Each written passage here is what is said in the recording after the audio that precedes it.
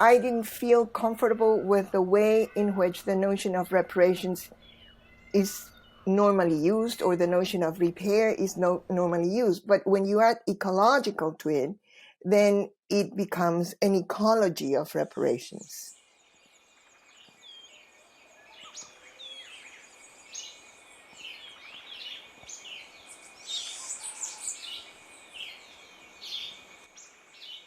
Much of our thinking in alternative politics it's full of positivity. Working with this ground is part of this process of ecological reparation.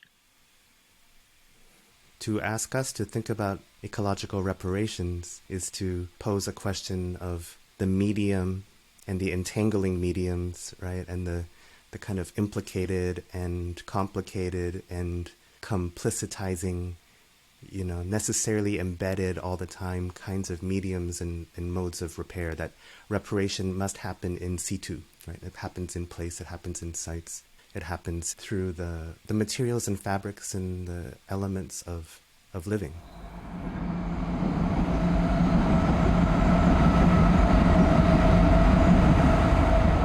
Ecological reparation for me, it's an invitation. It's an invitation to think about what have become almost tropes for us in the social sciences around scale and scope.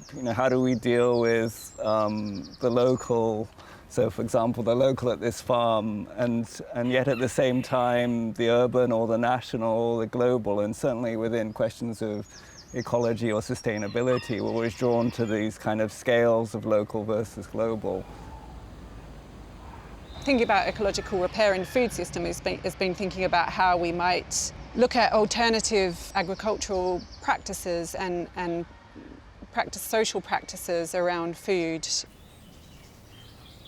Ecological reparation refers for me directly to the ecological alternative, the social alternative, the cultural and political alternative to this hegemonic understanding of agriculture and food circulation. The work of repair and the idea of ecological reparation being something that is broad. It's about infrastructures. It's about animals and plants. It's about soils, and it's also about the humans that are working within this mélange. Farmers and possibly many other groups that that we're studying are part of larger systems and part of history and culture. The term reparation or ecological reparation, I mean, one of the things that I like about the term is that it carries some more weight or even power than other terms that are more familiar in this kind of, say, field, or like restoration, for example, or remediation. I think restoration and remediation are a little bit more neutral sounding. And something about reparation is that it makes clear that the kind of damage that is done to these places and landscapes is not, it was not inevitable, that hasn't just appeared. And it also sort of suggests something like a kind of a debt, maybe, or a kind of obligation. A very common assumption, let's say, even in environmental practices, is that we can fix an ecosystem or an ecology. And that's when it gets messy, because who decides when it's working?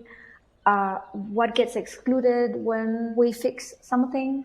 My question is, which words do you use so that they can help us imagine other futures and not going back to a reality that might have been good for some ecosystems and some humans, but not for others, humans and non-humans.